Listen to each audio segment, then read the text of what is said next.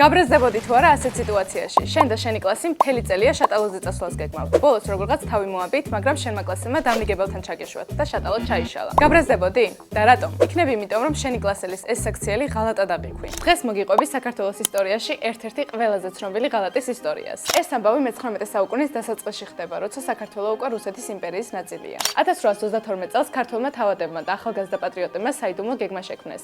მოეწყოთ აჯანყება თბილისში და აღედგინათ ქართული სამეფო. აჯანყება ნოემბერში უნდა დაწყებულიყო, თუმცა ერთ-ერთმა შეთქმულმა იესე ფალავანდიშვილმა შეთქმულები გასცა. ამ ერთი ადამიანის ერთმა ქმედებამ უზარმაზარი გავლენა მოახდინა ქვეყნის განვითარებაზე. შეთქმულების ლიდერები დააპატიმრეს და გადაასახლეს, რამაც გამოიწვია ეროვნული მოძრაობის დასუსტება. ამან კი თავის მხრივ საქართველოს ისტორიაში 30 წლიანი გამყინვარების პერიოდი გამოიწვია, რა დროსაც ქვეყანა კიდევ უფრო მოიქცა რუსეთის იმპერიის კონტროლის ქვეშ. და რა მოხდებოდა იესე ფალავანდიშვილს შეთქმულები რომ არ გაეცა? ამ კითხვაზე პასუხი დანამდვილებით რა თქმა უნდა არ არსებობს. თუმცა არსებობს თეორია, რომ აჯანყების წარმატებით განხორციელების შემთხვევაში საქართველო გაცილებით უფრო ადრე დაადგებოდა ევროპულ გზას და აღადგენდა შიდა სუვერენიტეტს. და შენი აზრით რა მოხდებოდა იესე ფალავანდიშვილს შეთქმულები რომ არ გაეცა?